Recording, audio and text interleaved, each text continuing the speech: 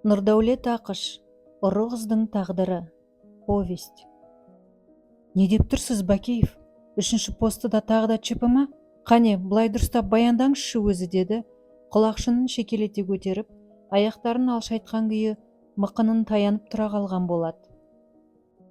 Адамның мысын қарадай басып, тіпті жүйкесі жұқа, анау-мынау кісінің зәре-құтын ұшырып жіберуге жарап қалатын зәрлі тұрыс.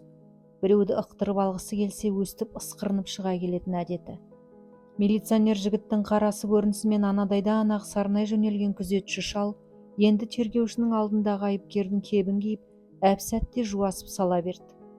Өзі әлі істес бола қоймаған бұл жігіттің мінезі морт, қызмет бабында қатал деп естейтін. Дәл солай, нәшәндік жолдас.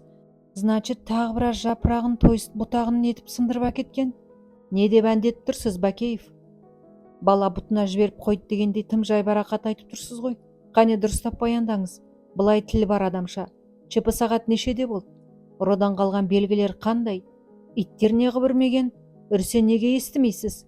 Ұрлық кезінде қайда жүрдіңіз? Математика мұғалімінің аузынан шыққандай нақпа-нақ қойылған бұл сұрақтарға шал байғұс көңіл көншітетіндей жауап бере алған жоқ. Шынымен қаймығып қалған ба, немене әр нәрсенің басын бір шалып дәрменсіздеу түсіндірген болды. Іріген сағыздай іртік-іртік жүйесі жауапты төзімі түгесілгенше сабырмен тыңдап тұра алатын болады па? Әлде бір мүңкіген иіс танауын желпіп өткендей тыржың ете қалды да қолды жалғыз-ақ сілтеді. Жарайды, жетер, бастаңыз онан да, чіпі болған жерге. Қатулы қабағын қос қабатына кезек тастап, қаздаңдай басып келе жатқан жігіт, мына шамдар неғып жарқырап тұр, деді ашуланса болғаны, қарадай ілік іздеп, ұрынарға қара таппай жүретін қатал бастықтардың ләмімен. Өзіңіз қоғам мүлкін күзетуге салақ қарайсыз, оның үстіне электр энергиясын үнемдеу керек екенін де білмейсіз. Ой, жаңа ғана түн сияқты еді. Еще инструкция бойынша уақытқа нетіп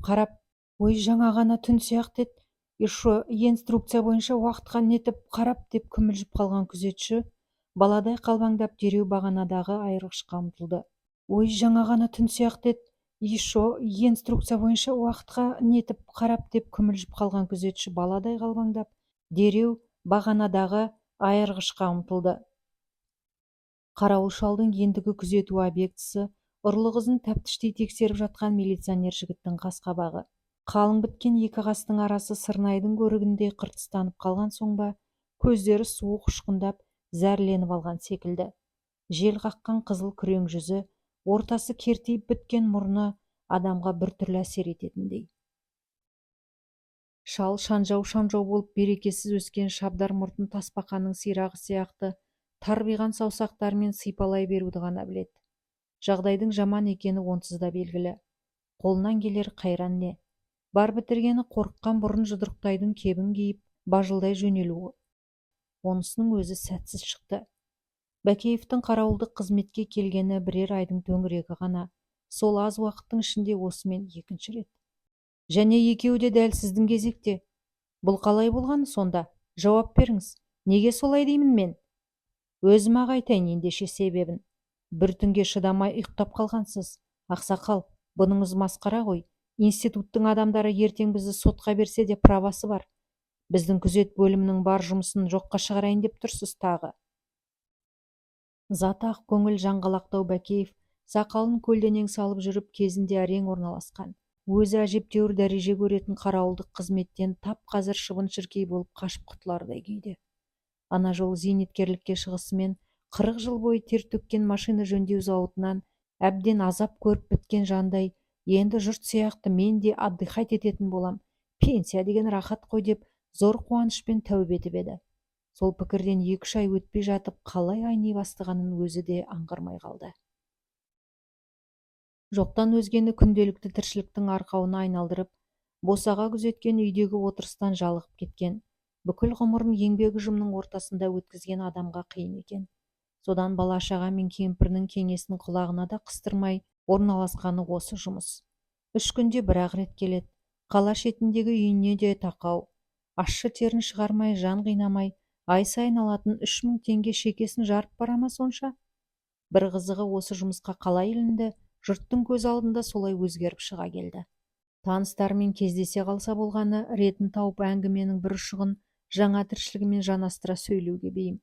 Сондағы сөзінің ләмі: службаға асығып барам, қоя тұрш. Біздің службада да сокращение жүріп жатыр. Ой, вообще служба қиындап кетті. Сөз төркінін жөндігін алмай, службаң не айтып тұрған деп қадала түсетіндерге де қайырмы даяр. Ботаника научно-исследовать институтының селекциялық учаскесі деп сақ еткізгенде таңдайды тақылдатып қағып жіберетіндер де жоқ емес. Ойпырмай, қартайғанда кәрі бозжорға шығыпты деген осы. 40 жыл бойы темір тепкілеген адамнан научный қызметкер шығарын кім білген деп кейбіреулер иланып қалған. 40 жыл бойы темір тепкілеген адамнан научный қызметкер шығарын кім білген деп кейбіреулер иланып қалған ыңғай танытса, енді біраз жұрт: ой, мынадай жұмыс таба алмай жатқан кезде сені ол жерге кім апарып жүр өзі деп бастарын қозғай сенімсіздік сездіреді. Милиционер бастықтың жаңағы ауыр сөздерінің арасында басына келген: шорт возьми, осыдан бірдемесінен нетпей аман шықсам, заявление беріп зытып отырайын. Мынадай седой баспен көрінген баладан сөз естіп, пахат етіп жүргенше деген арынды ойлар ғана. Мұндай төтенше оқиғаны хатқа түсіріп тиісті орындарға мәлім етпейінше тағы болмайды. Облыс орталығы саналатын бұл қалада әртүрлі ғылыми зерттеу институттарының филиалдары болғанмен селекциялық учаске жалғыз-ақ. Оның оранжереясында қыстың күні тұрмақ, көктемнің құлпырған кезінде шырақпен іздесең бұл өңірде табылмайтын алуан түрлі шөптер өседі. Ақша тапшылығына байланысты кейінгі жылдары ғана көлемі азайған. Бәрі де алыстан әкелінген ғылыми маңызы бар өсімдіктер. Бүгін қолды болып жапырағы тоналып отырған Туссилаго фарфара солардың бірі. Әншейінде ұра атаулының назарынан қаға беріс қалып келген бір тып-тыныш орын еді. Кеңес үкіметі тарағаннан кейін енді бұл жаққа да тықыр таяна бастағанын көрмеймісің? Иттерді босатып жіберіп айналаны бір шолып шыққаннан кейін қарттың қисайып жатып мызғып алатыны рас еді. Кейде қой күзеткен кісіше анадай жерден дыбыстап қойып, жыл орынға жеткенше асығатынын қайтерсіз. Бұнысы да тиісті күзет туралы тиісті нұсқаулықтың бір тармағына қайшы келетін. Қанша айтқанмен белінің құяны бар қарт кісі қақаған қара суықтың өтінде қақаңдап қашанғы жүрсін. Осы оқиғадан кейін бірнеше күн өтті. Өзін анық сергек сезініп сеніммен шыққаны бүгінгі кезек болатын. Есік тереземен барлық проблемаларды тәмпіштей тексеріп, күзетті мұқият қабылдап алғанда ол Альфа деген төбетті өткен жолы 2 рет ұрлық жасалған темір торлы қоршаудың дәл қасына апарып байлап тастады.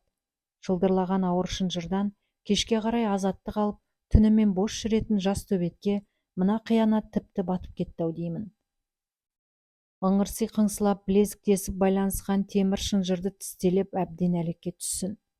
Түннің бір уағында үйшігіне кірген қарауыл тоқшаugімді қыздырып ыстық ұрттаған болды. Тәбеті тартпағасын аузына шайнама да салған жоқ. Ұйқы шіркін ұйтып барады екен. Соны сезісімен өз-өзін зорлап орнынан қайсарлана түрегелген қарттың таң атқанша құйрығы жер искемет десе де болады. Шығыс жақ әбден арайланып, айнала тегіс жарқырап көрінген кезде ұмытып кетпей тұрып жарықтарды тоқ көзінен ажыратты. Өйткені электр энергиясын үнемдеу туралы ескерту есінде. Енді темір тордың қасында түнімен қыңсылап шыққан Альфаны ағытып, қайтадан орнына байламақ.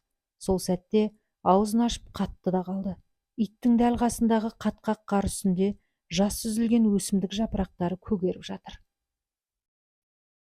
Күзет милициясында қызмет ететін Болаттың негізгі міндеті бірнеше объектідегі күзетшілер жұмысын қадағалап отыру. Тәлімді тірлік деп ең алдымен темірдей тәртіпті ғана танитын, оның қызметі бабында мұндай төтенше оқиға қанша жылдан бері болып көрген емес. Екоттың ортасында қалып, ебелек қаққан қарауыл байғұстан ашу үстінде ағаш оғын аяған жоқ. Жер-жебір жекен суына жеткенше ауызша сыбағасын әбден берді де, қатырып тұрып үстінен жоғарыға рапорт жазып қойды.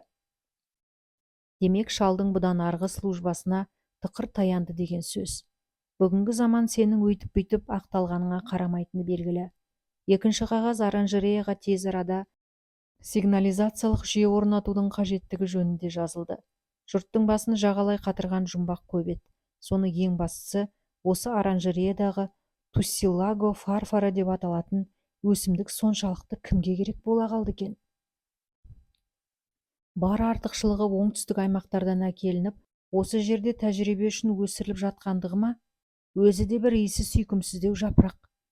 Осыншама тәуекелге барып ұрлап жүрген кім бұл? Ұрлық па әлде зиянкестік пе?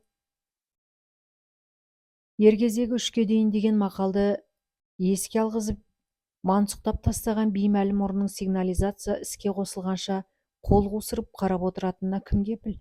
Келесі кезекте Бәкеев сорлыны тағы да шырылдатуы мұнда тұр ғой. Осыны жіті аңғарған қарауыл тексерушісі тынығу кезегінің келгеніне қарамай, бүгін бір шұғыл іске бел буып еді. Кешкі тамағын ішісімен үйге қонаға келе алмайтынын айтып, күзет объектісіне қарай тартып кетті. Ұрлық жасалған қуыстың тап жанына Альфаны байлап тастады да, Болат тасалау бір қалтарыстан өзіне орын сайлап алды.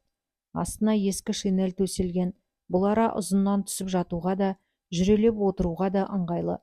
Тек қуыс-қуыстан сумаңдай кірген наурыздың қара суығына қамсау бола алмасы анық. Жылы киінген қайсар жігіт бір түн қалайда шыдап бағуға тәуекел етті. Уақытты өткізе алмай зарығу, ұйқы басып берекесі қашу тәрізді қайдағы бір жаман әдеттердің түн күзеткен адамға үйір келетіні белгілі. Мұндай табиғи әлсіздіктің өзіне жат екенін Болат іштей мақтаныш етеді. Қызметтес талай азаматтан артықшылығының бірі де осында. Көлденең дыбыс, бейсауат қимылды қалт жібермей қасқайып тұру үшін тозбайтын төзім қажет екенін, дәл осындай күйде түні бойы тұруға ердің ері ғана шыдай алатынын дәлелдеп жатудың қажеті не? Болаттың бұл қасиетін бір әріптесі былайша түсіндіретін: сезімсіз, салқын адамның жүйкесі қашанда берік. Жүйкесі берік болған соң, анау-мынау қиыншылыққа, оңай оспаққа сына қоймайды. Тіпті біреу өліп жатса да, ондай адам қасында борпылдатып нан соғып отыруы мүмкін. Бір сөзбен айтқанда, бұл өз міндетіне мүлткісіз адал қарайтын, қоғам ісіне мейлінше берілген, бірақ жұмырбасты пендеге тән сезім күйлерді ұғына бермейтін робот тәрізді темір адам. Қарауыл қарттың баяндауына сенсе, іш оқиға да түнгі сағат 12 мен таңғы 4-тің аралығында болып өткен.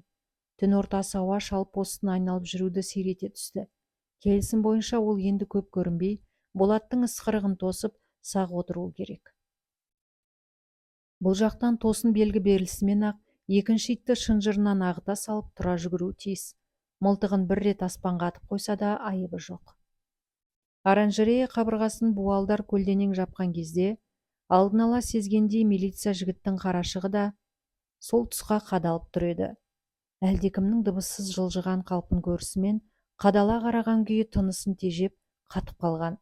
Жат иісті сезген жас төбет басын көтеріп, күдірейе бұрылса да, бұл күткендей арсылдай жөнелген жоқ.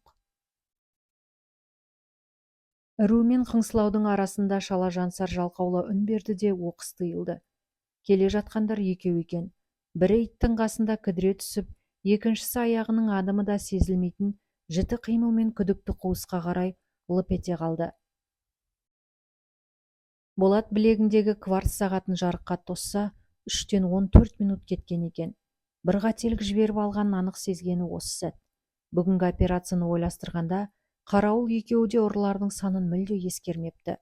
Әу бастақ көкейлерінде түнгі жортуылшы жалғыз адам деген қайдағы бір негізсіз сенім болғанға ұқсайды. Енді қайтты. Қысқа келтекпен ғана қаруланған жалғыз жігітті мына екеуінің жазатайым жазым қылуы да мүмкін. Қарауыл шал тапыраңдап жеткенше қай заман? Бұдан әрі ойын тереңдетсе, солқылдай бастайтынын сезген Болат орнынан жалғыз-ақ қарғыды. Іштегі ұры қайтадан қарауыта берген сәтте, старт алған спринтердей алға қарай бүкшие ұмтылып еді. Ала таяғын білемдей бұлғап, ысқыруығын үсті-үстіне шұрылдатып жіберген. Қалт тоқтаған ұры шошынғаннан есі шығып кетті ме, әлде құтыла алмасын сезді ме, тұрған орнында қалшиып қатты да қалды. Қуғыншы таяқ тастам жерге таянған сәтте ғана теріс қағыс көлденеңдеп оқыс қаша жөнелгені. Жалт бұрылып жарыса салған жігіт ұрыны қалайда құтқармасын өзіне тән кәсіптік сезім мен іштей түйсініп үлгеріп еді. Жете бере қалыптасқан машықпен шалып жіберіп, екпетінен түсірді де, желкеден уыстай ұстаған күйі жүзін жерге жапсыра қойды. Қарулы қол шағын денелі ұрыны тыпыр еткізген жоқ. Осындай қысылтаяң шешуші сәттің өзінде де Болаттың бар қимылы қолмен қойғандай дәл болды да шықты. Ағатай аяңшы. Санасы сергек, сезімі салқын күйдегі оның тұла бойын ышқына шыққан мына дауыстың тоқ соққандай шымыр еткізгені. Бұлардың ұстасып тұрғаны жарық жетпейтін қараңғылау пұшпақ еді. Қанша үңіле қарағанмен ұрының жүзін анық айыра алмады. Бірақ тап құлағының түбінен дәл қазір күтпеген бір тосын дауысты естігені күмәнсіз.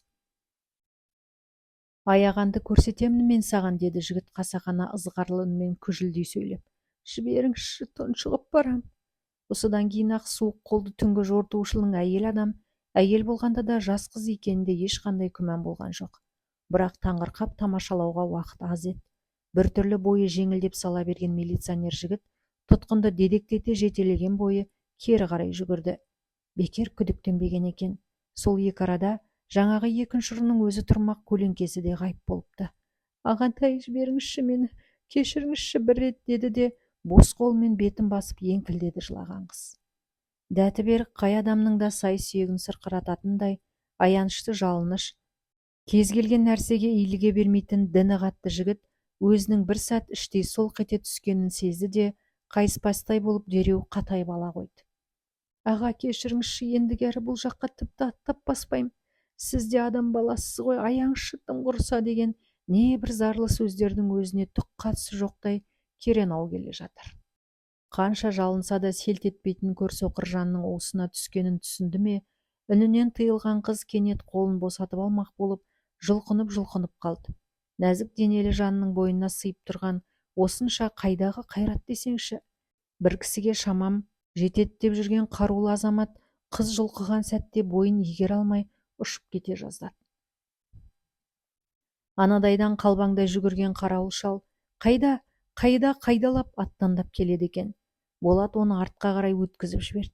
Екінші ұрының әлдеқашан тайып тұрғанын сезсе де қарауылдың далбаса жүгірісіне қарсылық жасаған жоқ.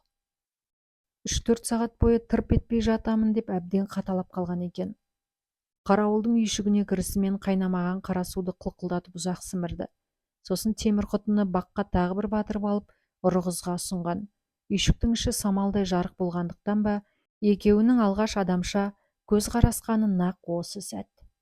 Ұзын кірпіктері бір-біріне үшкірлене жабысып, шарасы қызарған қарақат жанарлы мұны қалт жіберместен қадағалап тұр екен. Құтыны ұстау үшін жақындай берген Болат қалшиып қатты да қалды. Мәс саған керек болса. Жарыққа кірісімен ақ қыздың үнінен күрт тыйылып, аяқ астынан жуасып сала бергені тегін емес екен-ау.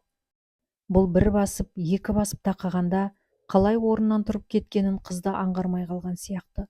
Ұсынған қолын лып еткізіп кері тартып алған жігіт неге екенін кім білсін ыдысты бүйір тұстағы столға жайымен қоя салды. Өзін қаншама ұстамдымын деп санаса да, тап осы жолы милиция жігіттің жүйкесі сыр беріп қалды. Бұл сенбісің, әлде көзіме солай көрініп тұрма, деді. Сосын қайдағы бір бөтен үнмен тұтыға сөйлеп. Жел қағып қызыл күреңдетіп кеткен бет аузын ортасы кертіктеу мұрнымен қосып дөңгелете бір сипап жіберді де басындағы құлақшынын сыпырып стол үстіне тастай салды. Қара торы өңіне лып етіп қызыл арай жүгіріп өткен қыз тістерін көрсете жымиған сияқты бір сәттік түсініксіз күй кешті. Ол қайтадан орнына отырғаннан кейін ғана көмейге қабаттаса тірелген көп сұрақтың шеті біртіндеп сөгіле бастап еді. Иә, Нағима, деді өзіне өзі жылдам келген жігіт кенет тамағын кенеп. Сен екенсің ғой, неше күн болды? Біраз үнсіздіктен кейін қыз есін жиып ернін қозғаған. Әлгіндей емес, өңі салқын тартып, сөз реңі де өзгеріп сала берді. Жаңағы жалыныштан ізде қалмапты. Үнін игеруге тырысып қатая сөйлейді. Түстім ғой ақыры қолыңа. Жазып айдатып жібер, маған бәрібір енді. Жоқ, оны қойшы. Бөтеннің мүлкіне қол сұққаның үшін жауап беруін берерсің. Бәрінен бұрын бұл жаққа қалай келіп қалып едің? Көрмегелі 1000 жыл өткен шығар сені. Сенің қолыңа пенде қып байлап бергенін қараш. Табала енді мені, мазақ қыл. Нағима ұры екен, соттайтын болдым деп жар сал елдің бәріне. Өзгенің емес, тура сенің қолыңа түскенімді қараш. Амалым бар ма? Өзгеріп кетіпсің. Әлгінде көзіңнен әрең таныдым, деді жігіт, енді ғана темекі тартуға қам жасап. Сен менің жаңағы сұрақтарыма жауап бермедің ғой. Бұл не, тергеу ме? Жоқ, ондай шаруамен мен айналыспаймын. керек жерінде тиісті адамдар сұрай жатар. Мен әшейін ескі не таныс болғасын, мен просто таң қалып отырмын. Ешқандай рақым күтпейтін, неге болса да бел буған жанкешті адамның кейпі. Лезде құрғап шыға келген кірпікті, шаралы жанарларын ер адамға тән әлдеқандай қатулық нышаны кереукілдей қалыпты. Мына түріне қарап, жау қоймасын өртегелі жатқанда қолға түскен ер жүрек партизан қыз дерсің тіпті. Қане, шешілсеңші қырсыға бермей, мүмкін кешірім етіп босатармын. Аха, мүмкін бе? Жалынып жинап үлгерген жанарлар ызалана жалт ете түсті. Жоқ, көздері сол бұрынғы өткір қалпы деп ойлады жігіт. Мүмкін дейді тағы. Қамайтын жеріңе қазір-ақ апаршы, жауабымды сондағы тиісті адамдарға берейін. Өзің айттың ғой жаңа. Қанша жылғы кәсібі қалыптастырған дөрекі мінездің тізгініне ие бола алмай қалған жігіт осы арада тігінен кетті. Ей, немене? Осы 7 түнде мені ай қарап жүр дейсің бе? Істің жөніне көшейін десе, қайтеді шалқая түсіп. Сен ұрғаны емес, барып тұрған зиянкес екеніңді білесің бе өзің? Ғылыми экспериментке зияныңды тигіздің, және оны қасақана жасадың деп ұғамыз. Ғалымы бар, қарауылы бар, талай адам саған тісін қайрап жүр. Солардың бәрі сені аяйды деп ойлайсың ба? Ешқандай да аямайды. Кем дегенде ашуыма тидің бар ғой, менен жақсылық күтпе. Шынында да қолыма жақсы түстің. Тәубеңді келтірейін мен сенің дегенді жігіт ішінен айтты. Екеуінің соңғы рет кездесуі көз алдында сол қалпы бір елестеп өткен. Иә, енді құтылып көр менен. Білем, сенен тек қана жамандық күтуге болатын. Қолымнан жақсылық келер деп отырсың ба? Пішту, сондықтан сенімен сөйлескім келмейді тіпті. Осылайша сөзбен қағысқан екеу пәтуаға келе алмай кеукілдесіп тұрғанда, қарауыл шалда есіктен қараң ете қалды. Әй-шайға қарамастан тебіткен күйі қыздың қасына жетіп барған. Ой, боже, немене? Мынау еркек емес қой. Осы ма сонда ұрлап жүрген сонда? Шорт возьми, не дейді? Совсем оборзел. Слушай, әй қыз, мұның не сенің? Жолдас Бакеев, мен бұл кісіден жауап алып отырмын. Постына айналып жүре тұрыңыз кішкене. Мынаның сыбайласы қайта келіп жүрер деп Болат қабақ шытпағанда, қарауыл шал қызды жерден алып жерге салып, түтіп жеуден тайынатын емес. Ашулы сөзін айызы қанып түгесе алмай кеткен ол артына жалтақтай қарап, үйшіктен әрең шықты. Қайтсын, қанша күннен бері қолға түсіре алмай, әбден зығырданы қайнап, тыныштықтан айырылып болды емес пе? Болат есікті нығыздай жауып қайта бұрылса, Нағима екі қолмен бетін басқан күйі бүкшиіп отырып қалған екен. Енді естімегенім осы ме еді? Әкемдей адам қайтып ауысып барады, деді әлжуаз үнмен үзіп-үзіп сөйлеп. Көңілі бір босаған қыз жаңағы қату қалпынан айырылып, өз жынысына тән осал мінездің құшағынан қайтадан босанып шыға алмай қалды. Болаттың суыртпақтап қойған сұрақтарына жауап беремдеумен-ақ, әлгінде тіс жармастай болып отырған ол енді талай нәрсенің басын қайырып тастады. Бұл жаққа қашан көшіп келіп едіңдер? 1 жылдан асты. Әкем жалғызілікті кісі ғой. Апам қайтыс болған соң осы қаладағы нағашыларымызға қарай тартып. Не дейсің? Апаң қайтыс болып бет? Иә. Даусы көмейінен тығыла шыққан Нағима күртесінің қалтасынан орамалын алып, жанарына жанастырды. Ол кісіден міне 2 жылдай болды. Айырылып қалғанбыз. Артынан жарылқасын. Жастай кеткен екен марқұм. Жақсы кісі еді. Жазды күні жасайтын ашымақ көжесі қандай дәмді болушы еді. Әңгіменің ағыммен іштей жібіп жұмсарып бара жатқанын жігіттің өзі де бір сәт аңғармай қалған секілді. Екеуі бір ауылдың төледі. Бірер жас кішілігі бар Нағима Болат мектепте жүрген кезінде ақ ауыл балаларының тілімен айтқанда қырындаған болатын. Иінің жұмсақ жуастығына қарамай айтқаннан қайтпайтын бір бетке қыз екеніне сол кездің өзінде ақ көзі жеткен. 1-2 жылда екеуі жақсы болып жүрді. Табиғатынан тынышсыз бозбала, жалғыз қызбен шектелмей жиі жігітшілік құрып кететін. Осы жағдайды жақсы білгендіктен шығар, әскерден оралған Болаттың Нағима жанына онша жуға қойған жоқ. Ұзын арқан кең тұсауға малданып салпақтай беретін Болат қайбір көміш жан, оның үстіне ширегіне ешкімге алғыс, оның үстіне әскерден кеудесі есік қаптай болып оралған жалынды бозбала. Бір күні топты жұрттың көзінше ай-шайға қарамастан Нағиманы бас салып сүйіп алмасы бар ма? жан таласып ышқынған қыздың жігітті шапалақпен тартып кеп жібергені. Екеуінің арасы осыдан кейін бұзылды. Өзін әлдеқандаймын деп жүргенде құрбы-құрдастарының алдында абыройын айрандай ақтарып кеткен адам өзге емес өзінің сүйген қызы болуы Болаттың жанына қатты батты. Сол үшін де аяспасқа бекінді. Кек алудың ретін келтіремін әлі деп Нағиманың өзін шынымен шошытып та қойған. Сол жылдың жазында Болат облыс орталығына оқуға кетті. Ақыры түсе алмағасын жұмысқа орналасып қалада бір жола тиянақтап қалды. Міне содан бері осы қызметте. Сен тек милиция болу үшін жаратылған адамсың деп айналасындағы жұрт санасына әбден сіңіріп қойғандықтан ба, басқа жұмысқа ауысу әзірше қаперінде жоқ. Осында жүріп үйленді, үй алды. Ал Нағима өзі қалаға ауысқаннан бері Нағиманы көрмеген еді. Ана жылы бір ұзын құлақтан тұрмыс құрыпты деп естіген. Енді аңғарса, өмір сапарында жол жөнекей кездесіп, кейін ұмытылып қалып жататын қатардағы таныстардың бір ретінде өзін атқан осы қызды да ұмытуға айналыпты. 4-5 жылдан кейін кездескен түрлері мынау. Болаттың бойында жалқы сәт қана баяғы күйге оралған оқыс сезім пайда болды. Жаңа ғана шапалақпен жанып жібергендей жағы да дуылдап ала жөнелді. Көзінде жылт ете түскен зәрлі ұшқынды басын төмен салып отырған қыз байқамады, әрине. Бір орайы келгенде сабырлы қалыпта күйеуінің қайда істейтінін сұраған. Сызданып тұрған жараның аузына тиермін деген теріс пиғылы жоқ еді. Кірпігін төмен жығып, тымырая қалған қыз мәймөңкелеп жатпай тоқ етерін айтып салды да, саған керегі осы ғой, ал табала мені деген адамша бойын тіктеп Болаттың бетіне қасқая қарады. Бір кезде көкірегіне ертегі елесіндей көгілжім сәуле құйған, сосын ашудың айдауымен ат құйрығын кісескен, енді міне жазықты жан ретінде өз қолына түскен бұрынғы қызы дәл қазір тұрмыста жоқ екен. 1-2 жыл тұрғасын дәм-тұзы жараспай күйеуінен ажырасыпты. Мына хабарға шынымен ыңғайсызданып қалған Болат әңгіме ауанын дереу өзгерте қойды да, папаң қалай, папаң ше, қандай жұмыс істейді деді асыға сөйлеп. Папам, бар әңгіме сол кісіде болып тұр ғой. Қыздың бұдан кейін айтқаны жігітті құйқылжи құбылған әр алуан күйге түсіріп еді. Әлгінде ғана бас көтерген ескі кектің, содан ұлғайған қаталдықтың орнын енді әр жағынан әлдеқандай аяушылық сезімі жағаласып баса бастапты. Өмірлік қосағынан айырылған отағасы, күйеуінен ажырасып баласын құшақтап қайтып келген қыз.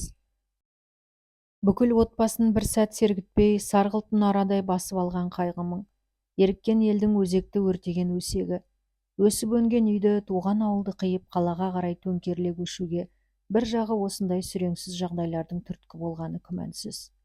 Тағдыр түрлі тауқыметпен тұсап тастаған шақта опадалап жағынып, оңай оспақ қызмет іздеп жүруге жағдай қайда. Қарап тұрса бір үйдің бас көтерері жалғыз өзі екен. Бауырлары әлі жас, тетелесінісі әскерде.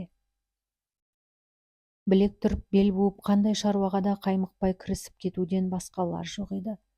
Қала түбіндегі мал бордақылау бірлестігінің базасында жұмыс істеп жүргені сондықтан. Жұмыс ауыр. Ертеден қара кешке дейін жанына әмір жоқ.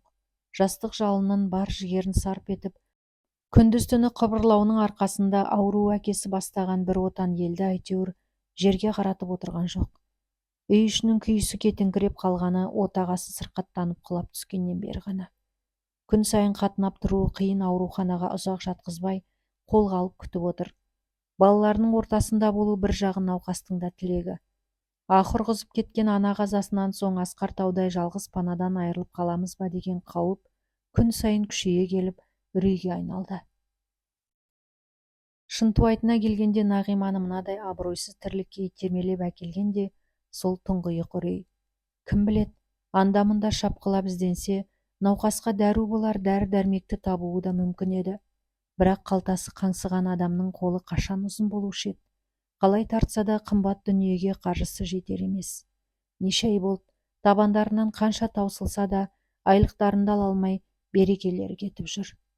Ақылдасқан біреулердің әне ергенде ғана селекциялық учаске тұр, әлгі дәрі жасалатын жапырақтар сонда өседі екен дейді. Бет алды шапқылай бергенше соны төңіректе деген ақылы көкейіне қона кеткен.